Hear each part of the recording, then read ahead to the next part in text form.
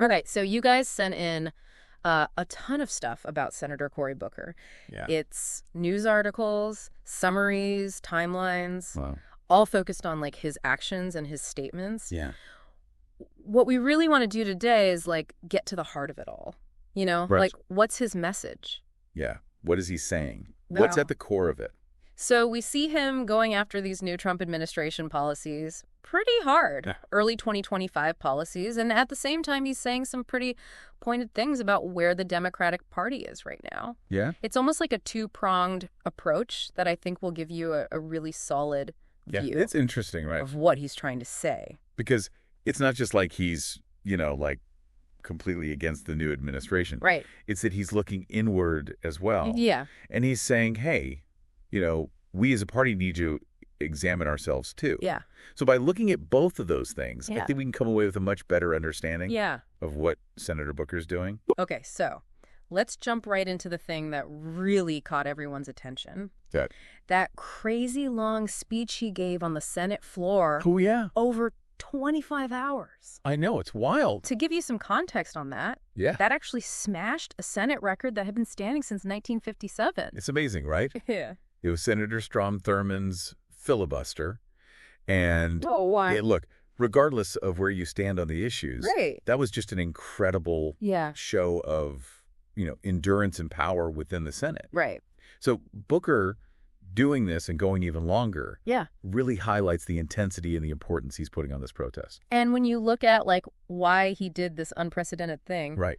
Booker himself said it was a response to what he called a national crisis I see. that he believes is being created by President Trump and his advisor, Elon Musk. Yeah. So for you guys listening, you need to understand what specific policies are really pushing him to react this strongly. Yeah, he didn't just throw out some vague concerns, right? No. He went point by point about specific policies Yeah. from the Trump administration that he's protesting. So what really stood out to you Right. as like the biggest points of disagreement? Well, I think the tariffs were a huge one. Oh, yeah. Like, he really went after those aggressive tariff Yeah. policies. Yeah, it did not hold back. He did not hold back at all. He called them monumentally wrong. Yeah. But I think what's really important for you, the listener, is that he highlighted how these policies are going to hurt your retirement savings. Exactly. Like, this is about your money, Yeah. your financial well-being. This is hitting home for people. This is hitting home. Yeah. He's framing it as a direct impact. Right. And I think that's smart because it's not just this, kind of removed economic theory. Right. This is going to affect you Yeah. in your pocketbook and your retirement account. Yeah, he's saying these complex policies are going to have a real impact on people's lives. Right. And then he brought up Elon Musk and specifically talked about a federal cutting spree. Right. It seems like Booker sees these reductions in the federal workforce Yeah. as like a major part of this national crisis that he keeps talking about. Right. And, think about it. These kinds of cuts can have a huge ripple effect. Yeah. They can affect how public services are delivered. Mhm. It can impact the lives of a ton of people across the country. Yeah. And by bringing up Musk, he's kind of saying, this is driven by a specific ideology. Right. And that ideology could have negative consequences for how our government works. Okay, so then there's the proposed cuts to Medicaid. Yeah. Now, for you listening, Medicaid is really important. It is. It's a safety net that provides health care for millions of Americans. Millions. And this was another policy that Booker really pushed back against hard. Yeah, anytime anyone talks about cutting Medicaid, Right. it's going to be a huge debate Yeah, because it's about health care. It's about access for vulnerable people. totally. And so I think by focusing on this, Booker's underscoring the social welfare implications of this agenda Yeah. that he's seeing from the Trump administration. Okay, now this is where it gets really interesting. Okay. Booker also brought up concerns about how the administration is going after law firms and universities. I know. And he didn't mince words here. Oh. He actually compared what's happening to the actions of guys like Viktor Orban and Vladimir Putin. That's a big statement. It is. Yeah. What do you think that means for the listener? Well, I think the point is that Booker isn't just saying he disagrees with the policies. Right. He's saying that these actions are like crossing a line, Yeah. that they're an overreach of power, Huh. that they go against some really basic principles of how our government should work. Yeah. And when he makes those comparisons, Yeah. he's highlighting what he sees as a really dangerous pattern. Right. Where dissent is stifled. Yeah. Where independent institutions are undermined. It's a slippery slope. It is. And that has really serious implications for any democratic society. Absolutely. And he went on to say that he believes President Trump's first 100 days in office will be the worst first 100 days in the last century. Wow. That's a pretty bleak prediction. It is. It really highlights how deeply concerned he is about where things are headed right out of the gate with this new administration. Right. I mean, he's basically saying, like, I don't expect anything good from these first 100 days based on what we're seeing so far. So it wasn't just the speech, right? Right. He also came out and publicly supported those hands-off rallies. Oh, yeah. Which were happening all over as a protest against these policies. Right. So he's not just doing this alone. No. He's connecting with this larger public reaction. Yeah. This resistance that's building against these policies. He's part of a movement. He is. And it shows that his protest is more than just a legislative thing. Right. It's tied into what people are feeling that they're doing out in the streets. Right. Okay, so that gives you a good idea of how strongly he opposes the Trump administration's early actions. Right. But, like we said, there's another piece to this. Yeah. His critique of the Democratic Party itself. Right. So what do you think he's really trying to say there?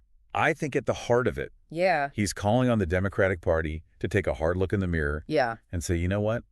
We have some responsibility for how we got here. Right. We need to own up to our own mistakes. He wants them to take ownership. Exactly. And what's interesting is that he's not just pointing fingers at the other side. Right.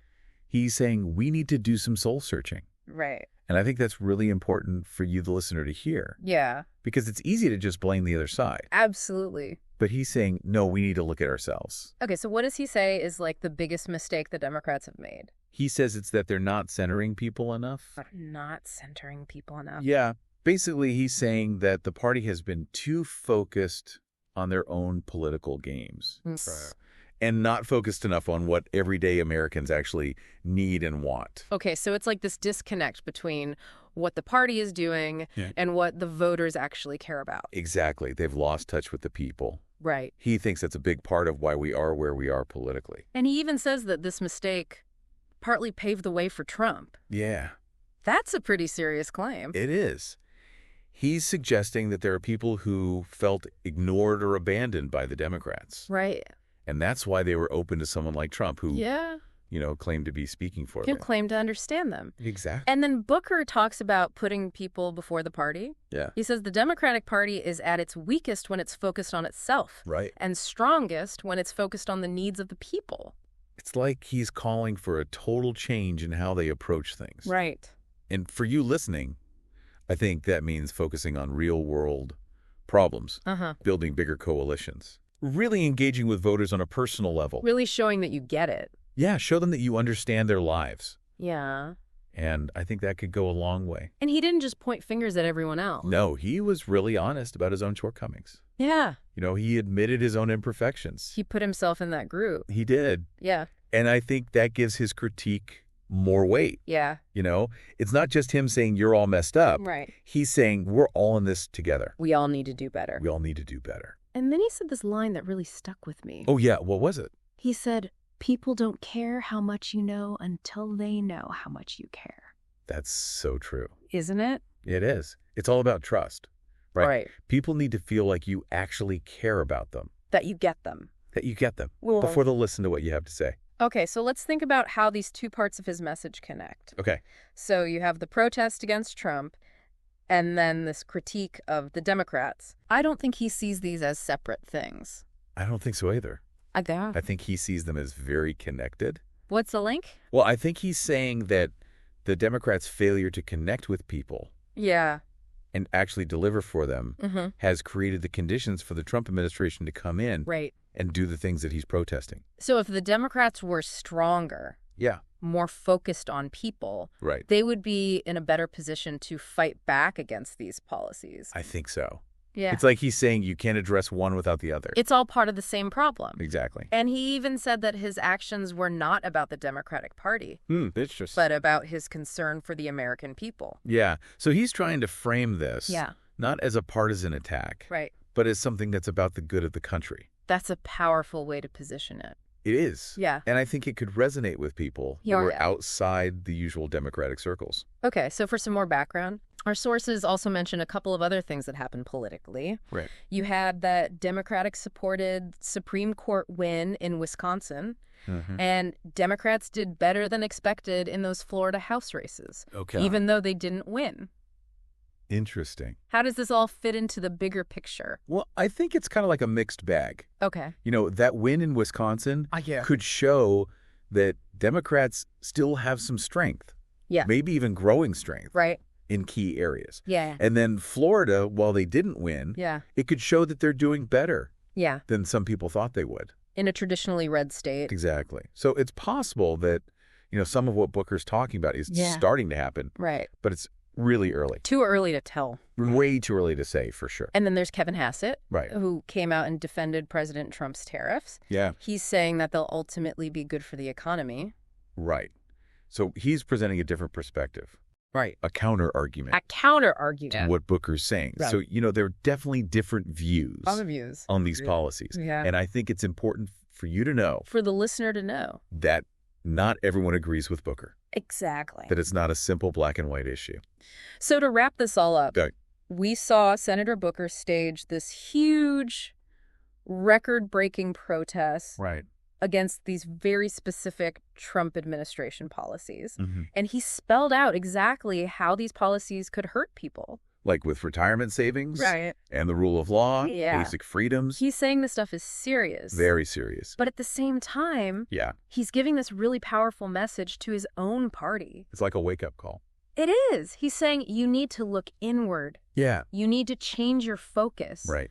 You need to go back to putting the American people first. Exactly. It's a two-pronged approach. It is. He's addressing these policies. But he's also saying, look, we as Democrats need to fix ourselves.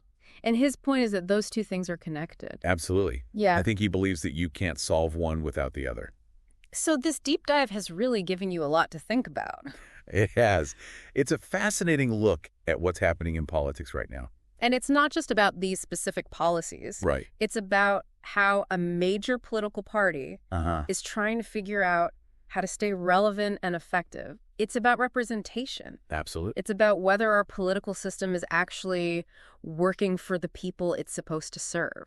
Right. And I think that raises some big questions for you. Yeah. Like, what does it really mean to have a system that truly centers American voices? Yeah. What would that look like? What would that actually look like? Yeah. And what are the challenges and opportunities in trying to build that kind of system? That's something I really want you to think about. It is something to think about. As you follow all of this. Absolutely. Yeah. As you see how this all plays out. It's going to be an interesting ride. It is. Buckle up. Thanks for listening. Yeah, thanks for listening. And we'll see you next time on The Deep Dive. See you next time.